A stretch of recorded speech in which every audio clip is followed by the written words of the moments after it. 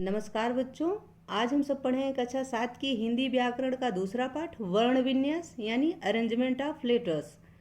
इस पाठ को हम दो वीडियो में कवर करेंगे। पहली वीडियो में हम वर्ण से लेकर अनुनासिक तक कवर करेंगे तथा दूसरी वीडियो में विसर्ग से लेकर अभ्यास कार्य तक कवर करेंगे। ठीक है, तो चलिए पढ़ते हैं वर्ण विन्यास। वर्ण किसे कहते हैं यानी लेटर किसे कहते हैं? तो भाषा की सबसे छोटी इकाई वर्ण है। भाषा की जो सबसे छोटी इकाई होती है वही वर्ण कहलाती है। वर्णों को मिलाने से शब्द बनते हैं, यानी जब हम वर्णों को आपस में मिलाते हैं तब जाके शब्दों का निर्माण होता है। वर्ण का प्रयोग ध्वनि और ध्वनि चिन्ह दोनों के लिए होता है। वर्णों के समूह को वर्णमाला कहते हैं। भाषा के 4 कौशल माने जाते हैं: सुनना, बोलना, पढ़ना और लिखना। ये 4 भाषा के कौशल होते हैं। यदि आपसे प्रश्न किया जाए कि भाषा के 4 कौशल बताइए या कितने कौशल होते हैं, तो भाषा के 4 कौशल होते हैं। कौन कौन से? तो सुनना, बोलना, पढ़ना और लिखना।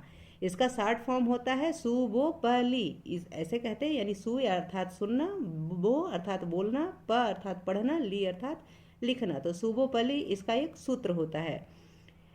इनमें से पहले 2 कौशल भाषा के मौखिक रूप से संबंधित है, यानी सुनना और बोलना ये भाषा के मौखिक रूप से संबंधित है, और शेष 2 भाषा के लिखित रूप से, यानी पढ़ना और लिखना ये भाषा के लिखित रूप से संबंधित है।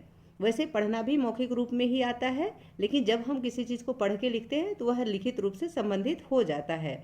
उच्चारित ध्वनियों को लिखित रूप प्रदान करने के लिए कुछ लिपि चिन्हों की आवश्यकता होती है, अर्थात कुछ चिन्हों की आवश्यकता होती है जिसके द्वारा हम लिखते हैं।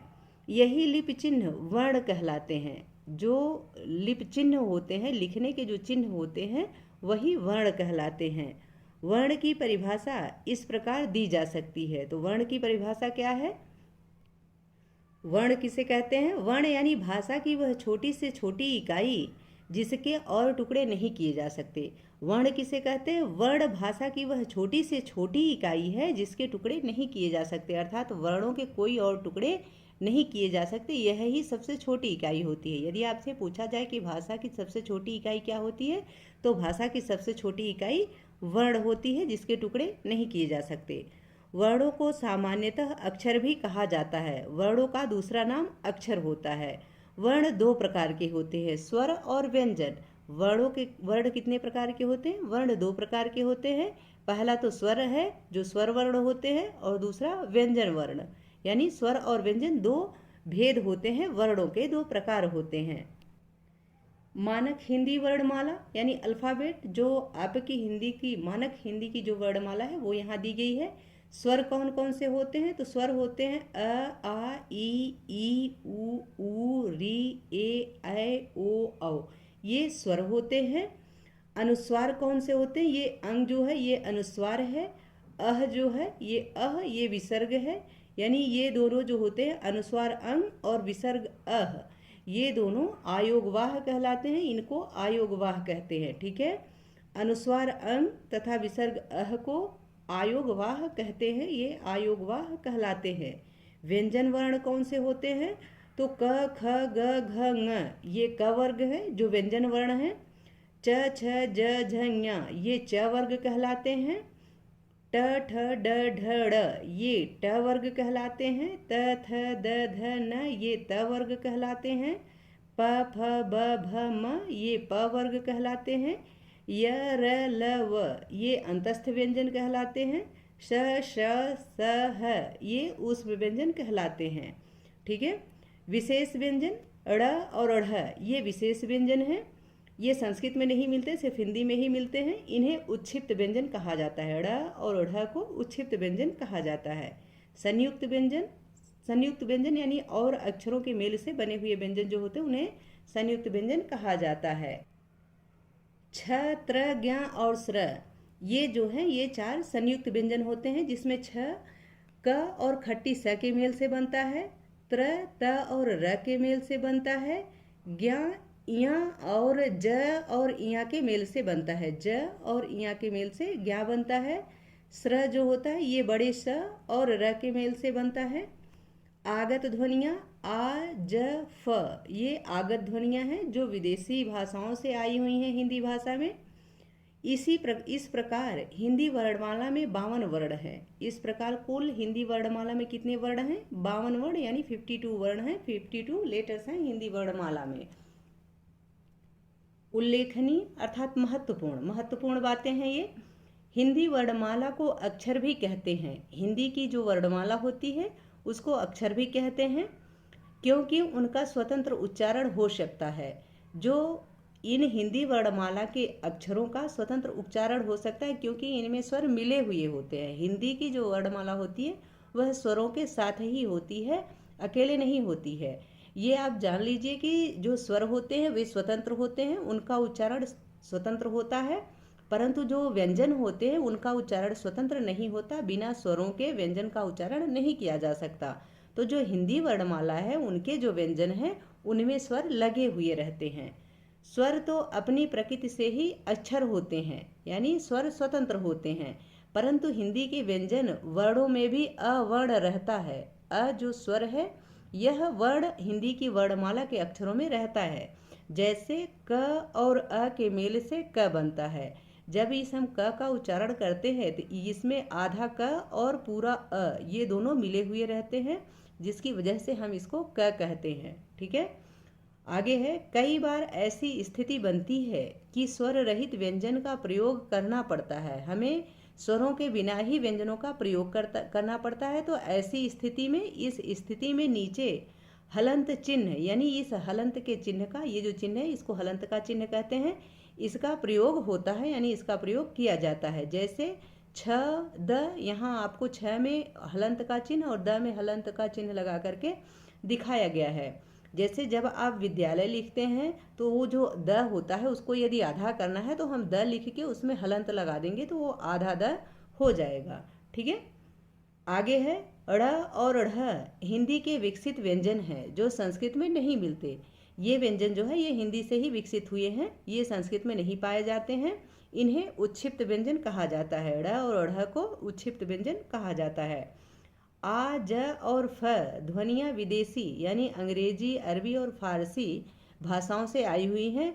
अंग्रेजी, अरबी, फारसी प्रभाव से हिंदी में शामिल हुई हैं। यानी ये जो हैं आ ज और फ ये ध्वनियाँ विदेशी भाषाओं से हिंदी में आई हुई हैं, ये हिंदी की भाषा नहीं है।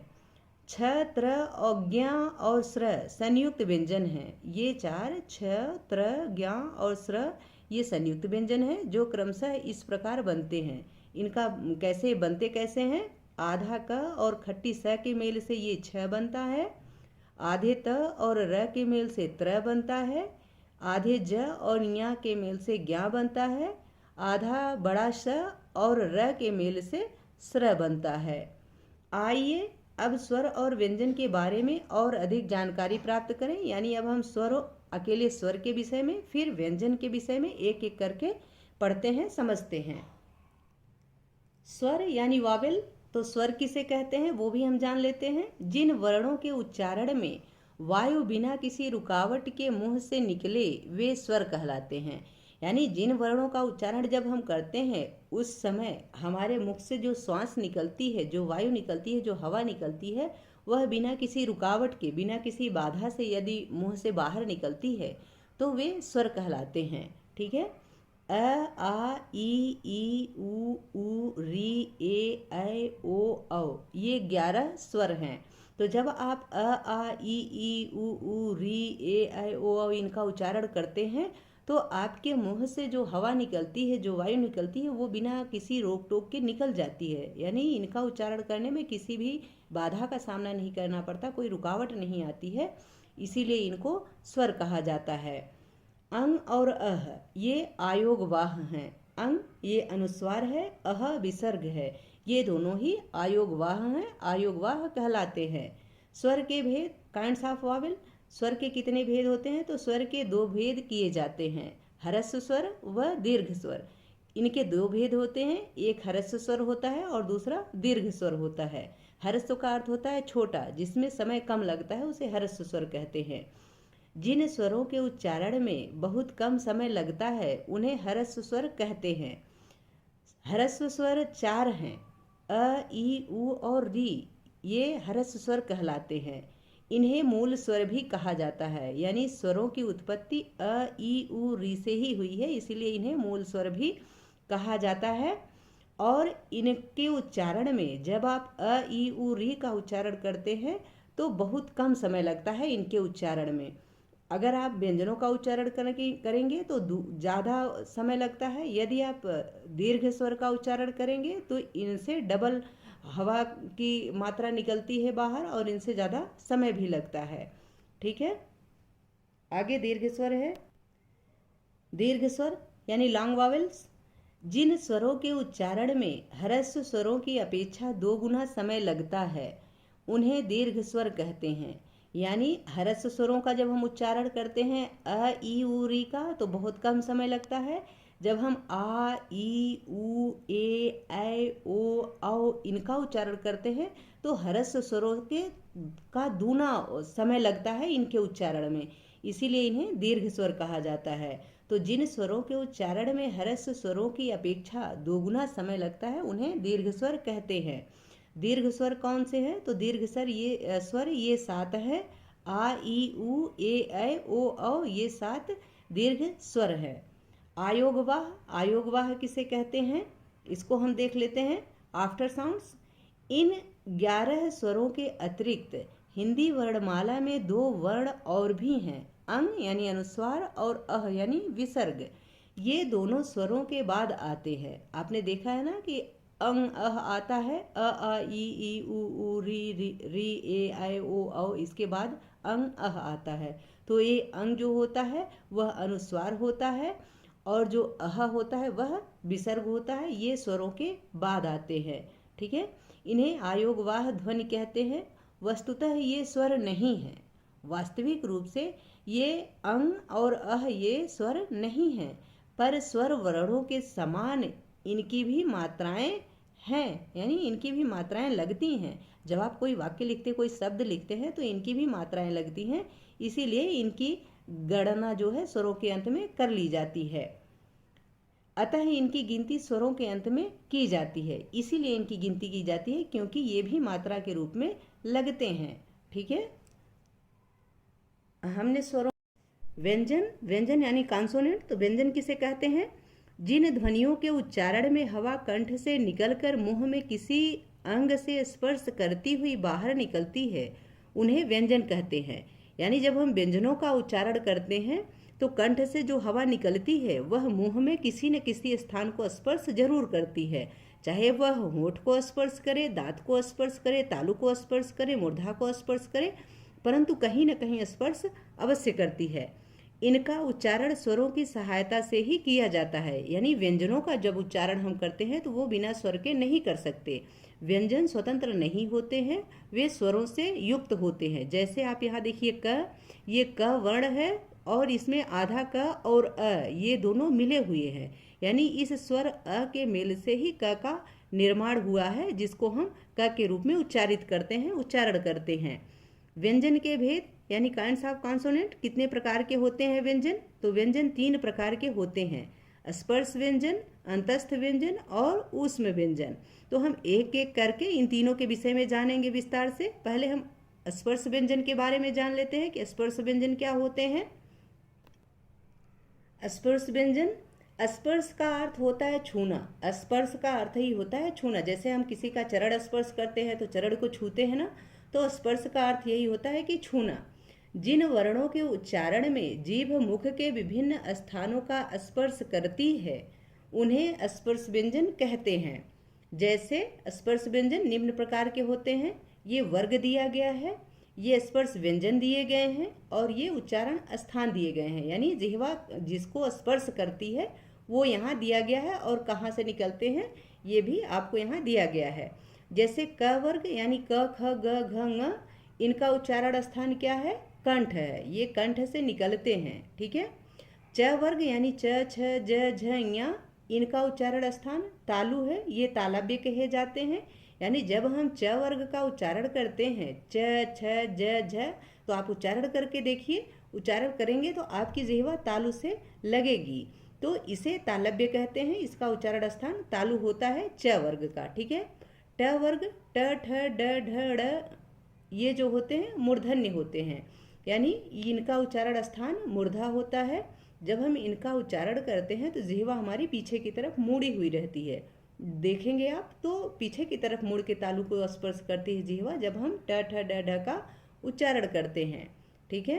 त वर्ग यानी इन्हें दंत कहा जाता है। इनका उच्चारण स्थान दंत होता है, यानी दांत से जब हम त थ द ध न का उच्चारण करते हैं तो हमारी जिह्वा हमारे दांत को स्पर्श करती है, यानी दांत के अगले हिस्से को स्पर्श करती है। ऐसा नहीं कि बगल के दांत को स्पर्श करती है, आगे के दांत की तरफ स्पर्श करती है।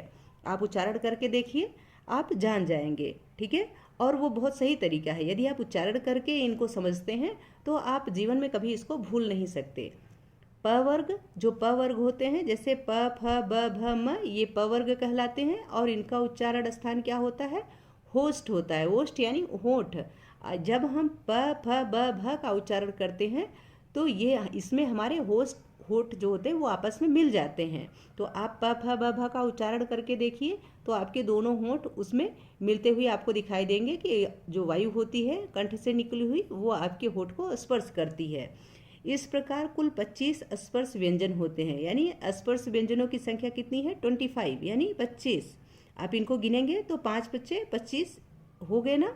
तो स्पर्श व्यंजनों की संख्या कितनी होती है? 25 होती है। आगे हम अंतस्थ व्यंजन देखते हैं।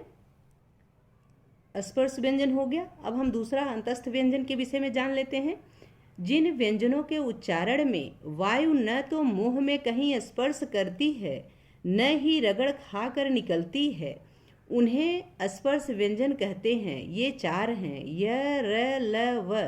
जब हम य र ल व इनका उच्चारण करते हैं तो जो कंठ से वायु निकलती है वो न तो मुंह में कहीं स्पर्श करती है और न ही कहीं रगड़ खाती है, यानी आसानी से निकल जाती है।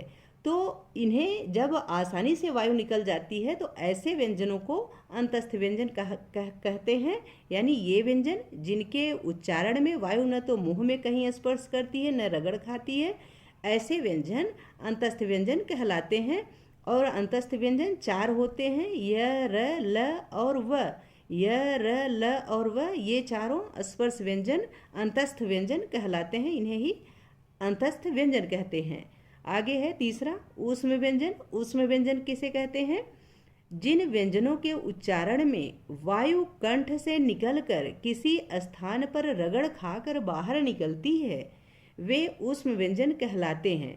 यानी जिन व्यंजनों का उच्चारण करते समय जो कंठ से वायु निकलती है वह किसी स्थान पर रगड़ खाती हुई बाहर निकलती है, स्पर्श करती हुई नहीं बल्कि रगड़ खाती हुई बाहर निकलती है, ऐसे व्यंजन ऊष्म व्यंजन कहलाते हैं। और इनकी संख्या 4 होती है। ये बड़ा सा, खट्टी सा, छोटा सा और ह ये ऊष्म व्यंजन कहलाते हैं। यानी श, श, स और ह ये ऊष्म व्यंजन कहे जाते हैं। स्वरों की मात्राएं। आगे हम स्वरों की मात्राओं के विषय में जानेंगे। आप इनका उच्चारण करके देखिएगा, आपको स्पष्ट पता लग जाएगा। स्वरों की मात्राएं। Sign of vowels. स्वर को जब व्यंजनों के साथ मिलाकर लिखा जाता है तब स्वर की मात्रा का प्रयोग किया जाता है। तो आप देखते हैं ना कि जब हम स्वर को व्यंजनों के साथ मिलाकर लिखते हैं तो मात्राओं का प्रयोग करते हैं। जैसे हम क यहाँ लिखा हुआ है तो क में आ की मात्रा लगी हुई है, तभी हम इसको का बोल पा रहे हैं, पढ़ पा रहे हैं। तो जब स्वर व्यंजनों के साथ मिलकर लिखे जाते हैं या पढ़े जाते हैं मिला करके तो इन्हें स्वरों की मात्रा कहा जाता है। जैसे अ को छोड़कर अन्य स्वरों की मात्राएं इस प्रकार हैं, आगे दी गई हैं। अ स्वतंत्र होता है, इसकी कोई मात्रा नहीं होती है। अ की कोई मात्रा नहीं होती। यदि आपसे प्रश्न किया जाए कि किस स्वर की कोई मात्रा नहीं होती है तो उत्तर रहेगा कि अ स्वर की कोई मात्रा नहीं होती है। यहाँ स्वर की मात्राओं का कॉलम दिया गया है। ये स्वर, मात्राएं, मात्रा प्रयोग और उदाहरण। जैसे आप देखिए अ दिया गया है तो अ की कोई मात्रा नहीं है। क है, इसमें कोई किसी भी मात्रा का प्रयोग नहीं किया गया। तो उदाहरण जैसे कम, कल, कमल ये सब वर्ण जब हो गए, अमात्रिक शब्द जो होते हैं वो अ के साथ होते हैं और उसकी कोई मात्रा नहीं होती, अ की कोई मात्रा नहीं होती। आ है तो ये आ की मात्रा है और जब हम इसको स्वर के साथ लगाते हैं तो का बन जाता है। जैसे काम, काला, तो इस प्रकार से वर्ण बन जाते हैं, शब्द बन जाते हैं। आगे है छोटी ई। तो छोटी ई की मात्रा इस प्रकार से लिखी जाती है, जैसे क पे जब छोटी ई की मात्रा लगी तो शब्द क्या बन गया, किस, किला।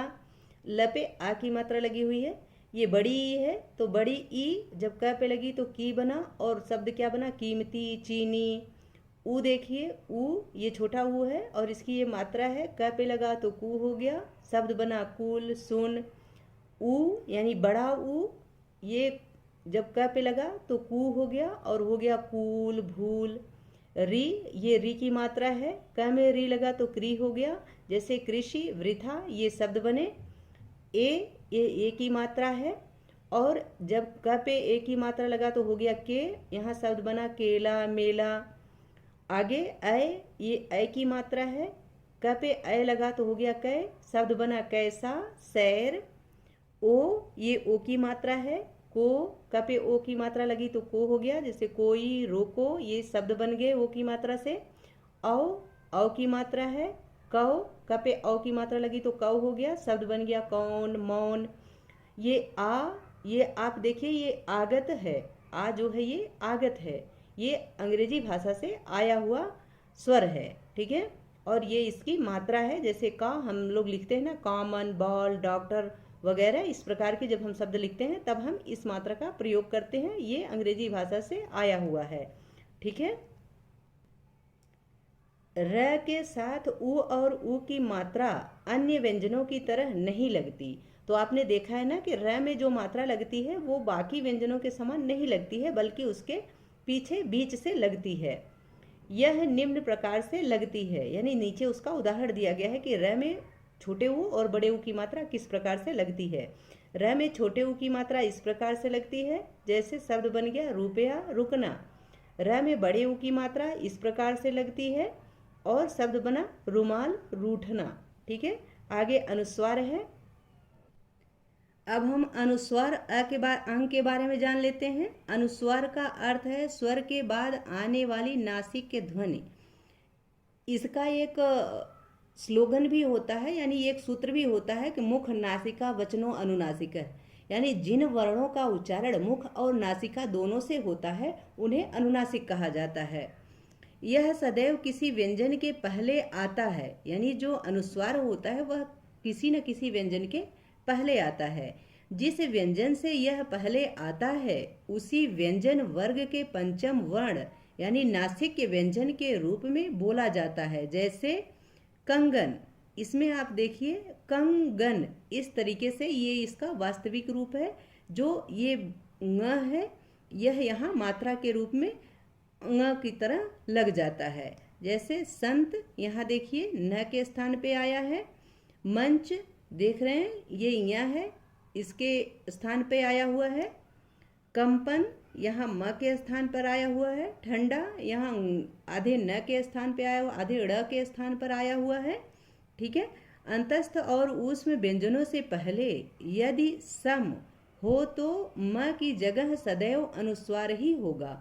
यानी यदि जब हम अंतस्थ या ऊष्म व्यंजनों का उच्चारण करते हैं उसके साथ यदि उससे पहले कोई सम हो यानी सम उपसर्ग लगा हो तो म की जगह यानी म के स्थान पर जो सम होता है इसमें म के स्थान पर सदैव यानी हमेशा अनुस्वार का ही प्रयोग होगा।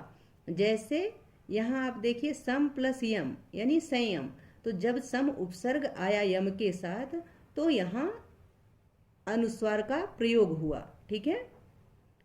सम प्लस लग्न, यहाँ लग्न के साथ जब सम उपसर्ग आया तो म के स्थान पर ये अनुस्वार हो गया, जिससे हो गया संलग्न, संलग्न शब्द बन गया। ये सम उपसर्ग के बाद वाद आया, यानी यहाँ पहले आया है क्या बोलते हैं, व्यंजन से पहले सम आया है उपसर्ग, जिसकी वजह से म के स्थान पर ये अनुस्वार हो गया और शब्द बन गया संवाद, ठीक है। आगे है सम उपसर्ग आया है सय के साथ, तो इस म के स्थान पर अनुस्वार हो गया, शब्द हो गया संशय। सम प्लस हार, यहाँ आप देखिए इसके स्थान पर अनुस्वार हो गया और शब्द हो गया संहार। तो आप इसको समझ लीजिए कि कोई भी अंतस्थ और उसमें दोनों ही व्यंजन हो उनसे पहले यदि सम आता है तो उनकी जगह पर हमेशा अनुस्वार हो जाता है। आगे अनुनासिक है। अनुनासिक वर्ण किसे कहते हैं ये भी हम जान लेते हैं। तो अनुनासिक ध्वनियों के उच्चारण में हवा नाक और मुंह दोनों से निकलती है। जब हम अनुनासिक ध्वनियों का उच्चारण करते हैं उसमें जो हवा निकलती है वह मुख और नाक यानी मुख और नासिका दोनों से होकर के निकलती है। अनुनासिक के लिए चंद्र बिंदु लगाया जाता है। जिन स्वरों की मात्रा शिरोरेखा के ऊपर लगती है उनमें इसे केवल बिंदु के रूप में लिखा जाता है, जैसे हंसना, कुंवारा, कांसा, फांसी, चांद, बूंद। और जिनके ऊपर आपको बताया गया है कि जिन स्वरों की मात्रा शिरोरेखा के ऊपर लगती है, जिन स्वरों में उनकी मात्रा शिरोरेखा के ऊपर लगती है उनमें इसे केवल बिंदु के रूप में लिखा जाता है, जैसे सिंचाई, धौंस, रेखना, घोंसला आदि। तो इनके ऊपर आप देखेंगे सिर्फ बिंदु के रूप में अनुस्वार अनुनासिक का प्रयोग हुआ है, जबकि हंसना, कुंवारा, कांसा और फांसी, चांद, बूंद इनमें पूरी तरह से लिखा गया है। ठीक है, चंद्र बिंदु के रूप में लिखा गया है। ठीक है, आशा है कि यह पाठ आप सबको यहाँ तक अच्छे से समझ में आ गया होगा। अब हम यहाँ विसर्ग से लेकर अभ्यास कार्य तक अगले वीडियो में कवर करेंगे। यदि वीडियो से संबंधित या पाठ से संबंधित कोई सुझाव हो तो प्लीज़ कमेंट बॉक्स में अवश्य लिखें। यदि वीडियो पसंद आए तो इसको लाइक करें, शेयर करें और चैनल पर नए हैं तो इससे सब्सक्राइब अवश्य करें। बहुत बहुत धन्यवाद।